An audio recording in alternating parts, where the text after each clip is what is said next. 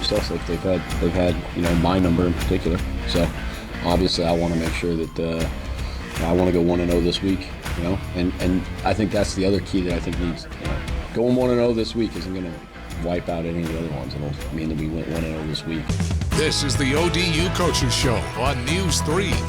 Old Dominion riding a 4-game winning streak into this week's edition of the Old Dominion Football Coaches Show. Ricky, Rahne, Mark Davis. Coach, thanks as always for being with us here. Yeah, you guys back on the road, going to Huntington to face Marshall, a place you guys have never won, and trying to snap a 7-game losing streak to the Thundering Herd.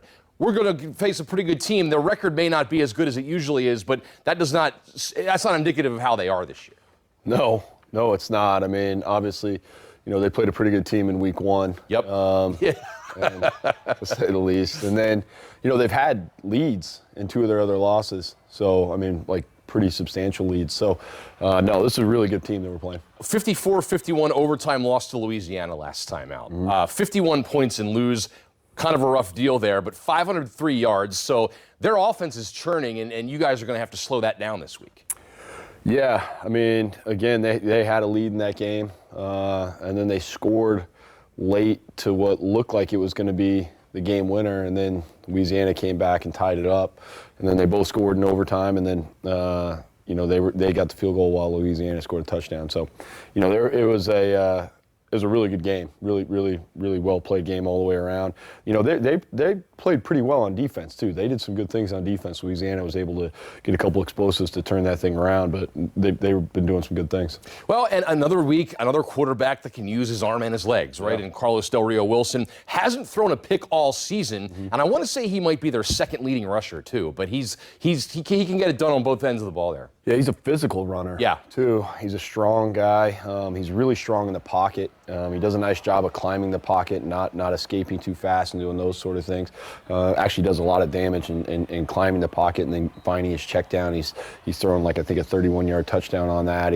I bet doing that he's probably thrown for over 200 yards just doing that. So no, he's got some real physical gifts, and he's come in there and he puts the ball, if the ball's not really in harm's way. I mean, I know he hasn't thrown one, but it hasn't been an issue either. Right. So that's it's something. Obviously, we've done a nice job of taking the ball away. We need to find a way to get a couple. And then on the defensive side of the ball, they have some guys that can get into the backfield. I think one of their DBs already has 3 interceptions already. So they have some weapons there too that you guys are going to have to try to exploit. Yeah, they've been able. They play the ball well. That's certainly one thing they do well. And they've got a unique scheme. I think a lot of people compare it to ours, but it's different than ours. But Coach Gibson's always done an unbelievable job on defense, and so he gets those guys to play fast and physical, and they play hard, and they're flying around and playing pretty violent. So it's going to be a good challenge for us. Well, and we talk about this for the first couple weeks, right? Like when there's not much film, you guys kind of worry about yourselves, look at last year, do all this stuff. Now that they're able to pile up more film on you guys, especially with the way your offense has been going, how often do you throw new wrinkles in, and how much more important does that become the more you guys put on tape? Well, I think we do a good job on offense and defense of running our scheme but having wrinkles, and being able to say to ourselves, all right, there's a little wrinkle here, a little wrinkle there, and those sort of things. So I think that's been an important thing for us. So let's talk you guys. Lead the league in scoring and total offense, second in defense. Some things you like to improve, no doubt, but things are kind of clicking on all cylinders right now for you guys. I mean, I think we're playing pretty well. Yeah. There are some things we can improve on, and I know I said that, after the last game, and people probably thought I was crazy, but we left some points and some yards out on the board, and then we gave up some stuff that I didn't think we should give up. Yes, I'm very, very pleased with how we've been playing. Yeah. But I also think there's a lot of improvements to be made. We made some big strides on special teams in the last game. Yeah. But we didn't maximize it. We had been, doing really well in the punt game, and we probably didn't do as well there. Now we only did it twice or whatever, but we didn't quite hit that the way we'd like to. So, there's some improvements to be made all the time, and I think the one thing that's really happening right now is we are improving. Well, and look, I mean, as a coach, you got to kind of be programmed that way, right? I mean, successful coaches are one, you can't get complacent, obviously, but two, you're always looking for what you can improve because you never know when some of the other things you might have a bad day on. So you have to be on top of all this stuff, right? No, but I also think it's a fine line, right? I mean, we have to talk improvement, but I also have to talk about what we've done well. Sure. I have to make sure our players understand, when we have done something well. Because if you don't, then it turns into what do you want Charlie, from me, man? Yeah. Well, it's kind of like Charlie Brown's teacher. It just turns into wah, wah, wah after a while. And so you want to make sure that you're also giving them credit where credit's due. And, right now, where credit is due is they're preparing very, very hard. We're practicing really hard on Tuesdays and Wednesdays. We're very, very focused on Thursdays and Fridays. And, that's allowing us to be successful in the games.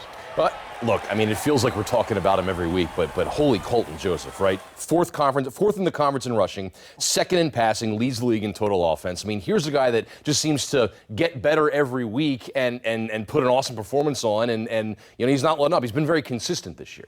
Yeah, and there was a couple times in the last game we missed a couple things, but overall it's been really, really good. He took care of the football in this last game, which was awesome.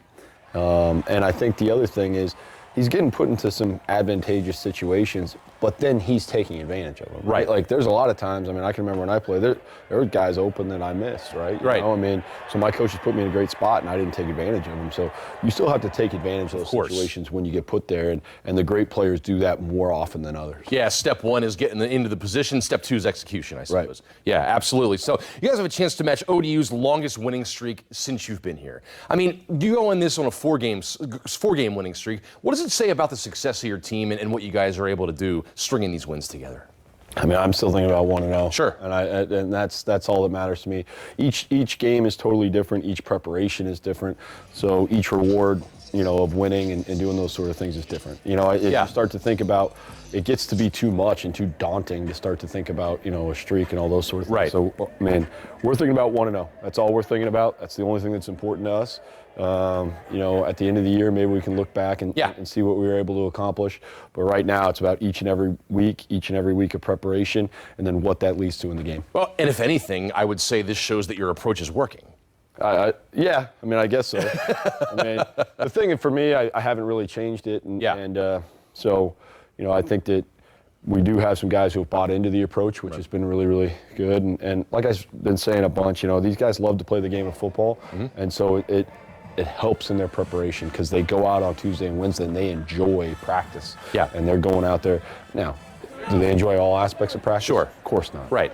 But they do, overall, they enjoy the practice and they enjoy getting better. And I think that's the thing that I'm really enjoying coaching them because of that.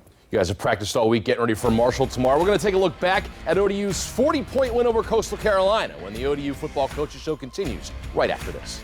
Joseph going for it all down the near side. This is Trey Brown. Trey Brown makes the catch at the 4-yard line. What a snag by Trey Brown. Snap it to Joseph, looking to throw, looking over the middle. Pass is going to be caught. Touchdown, Old Dominion. Naeem Abdul-Rahim Glading. Yeah, lots of excitement there on 94.1, the ODU Sports Radio Network, as the Monarchs take down Coastal Carolina for their fourth straight win. Welcome back inside the Old Dominion Football Coaches Show. Coach, let's take a look at some of these plays. You guys had a big second quarter. Play number one takes us to this one. You guys ran this with the tight end last year with Pat Conroy. This with the running back in Ketravion Hargrove.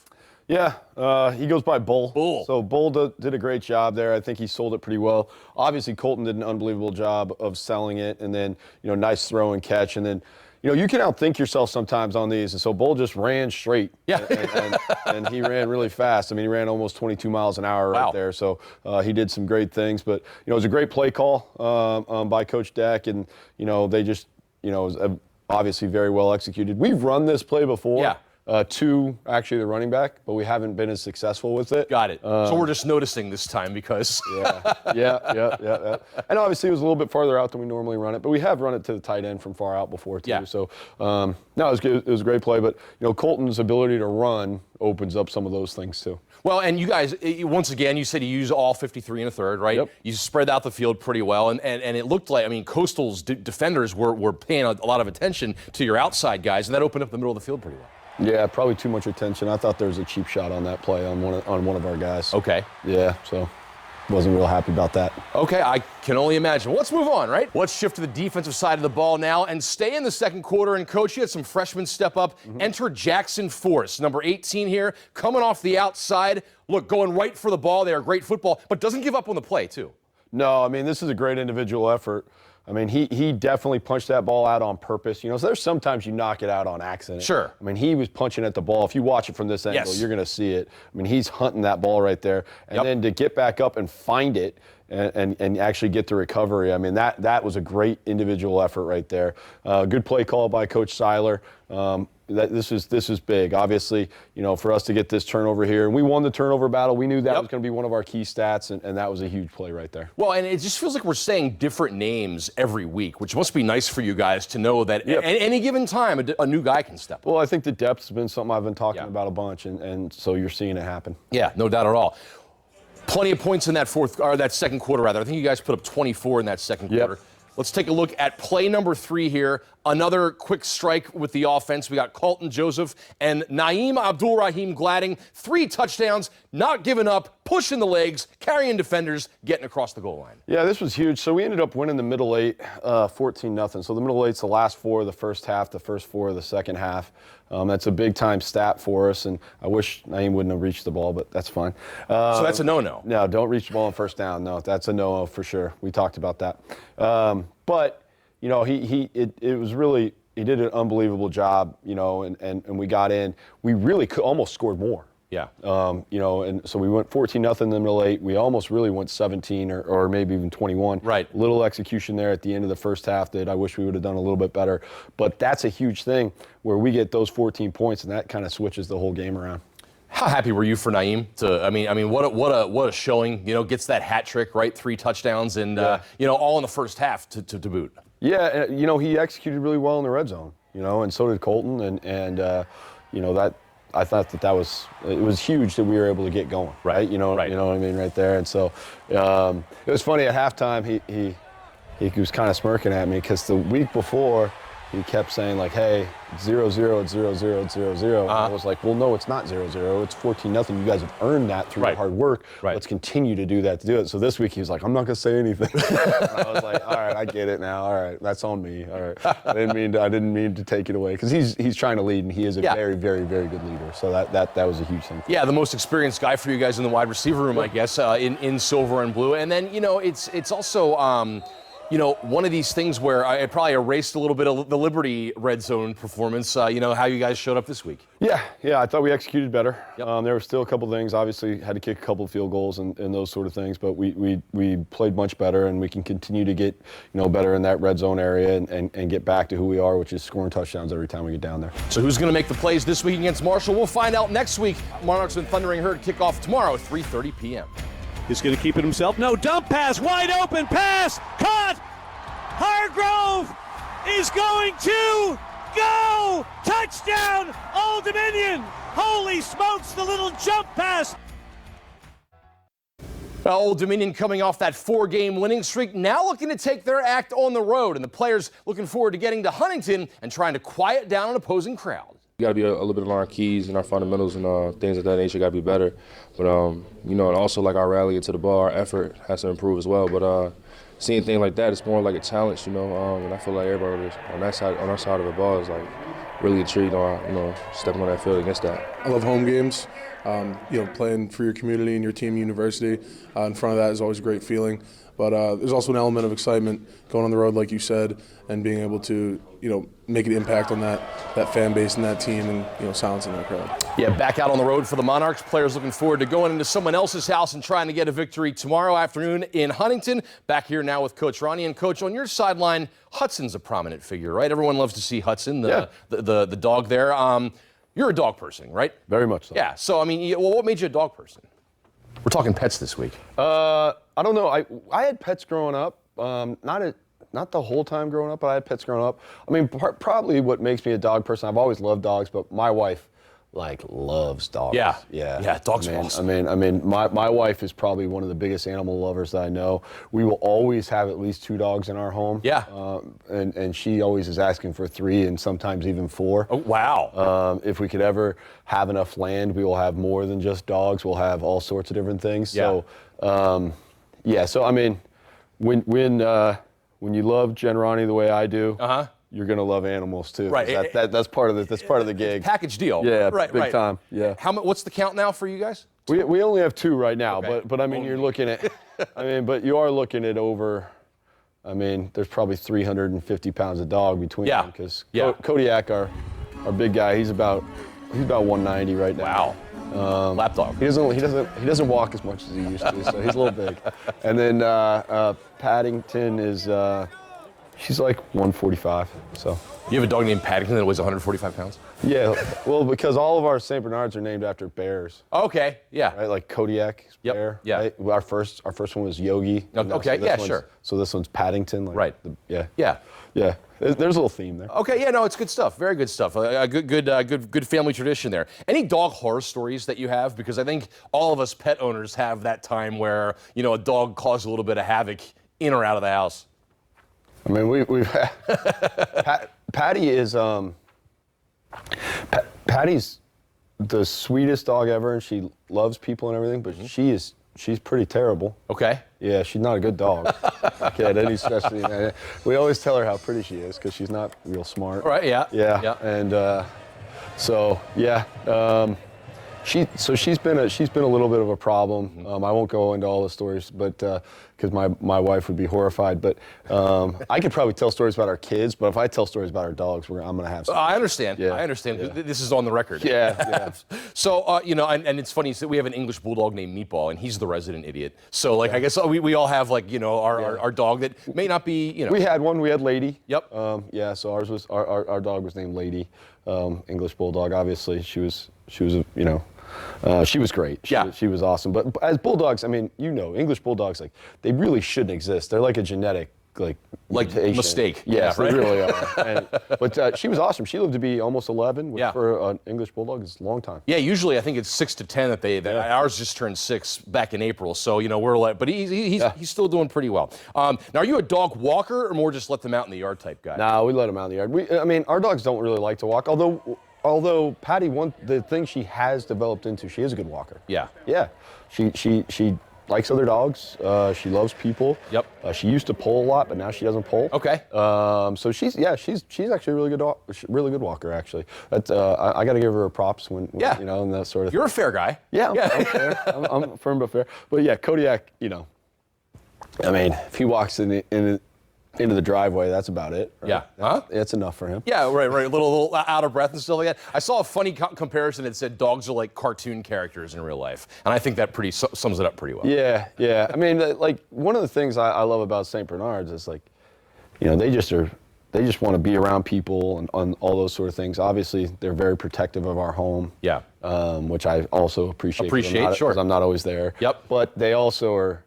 I mean, he doesn't require a whole lot of maintenance, I wouldn't say. So yeah, it's good. Yeah, those are always the best dogs, right? Yeah, no doubt. Well, Coach, thanks a lot for being with us. Best of luck as you guys hit the road to Huntington. Marshall and ODU kickoff tomorrow at 3:30 on ESPN+. Joseph, pass, caught, Gladding puts his head down, Burrows, leans, touchdown Old Dominion! Oh, Naheem Abdul-Rahim Gladding, his 3rd touchdown of the half! Thanks for staying with us here on the Old Dominion Football Coaches Show. We're going to see the conference standings start to sort themselves out. Let's take a look at what else is going on around the Sun Belt this weekend. Two teams clash looking to keep their conference loss columns unblemished. James Madison welcoming Louisiana for a cross-division showdown. Both coming off 1-possession wins a week ago. The Dukes host Old Dominion next Saturday afternoon. Meanwhile, App State and Georgia State still looking for their first Sun Belt victories. They meet on the Panthers' home field, with GSU still in search of its first win over an FBS opponent this season. Both the Mountaineers and Panthers come to Norfolk later in the season. An intriguing matchup in the West as Troy visiting Texas State. The Trojans winning their lone Sun Belt game so far this year, with the Bobcats losing a 1-point heartbreaker to Arkansas State last week. That's your look around the Sun Belt. And that wraps up this edition of the Old Dominion Football Coaches Show. ODU and Marshall kick off 3:30 tomorrow on ESPN+. For Ricky Rahne, I'm Mark Davis. Have a great weekend, everybody, and go Monarchs. The Monarchs, brilliant on both sides of the ball. And they get a huge win to start out Sun Belt Conference play. Final score here in Norfolk tonight. Old Dominion 47, Coastal Carolina 7.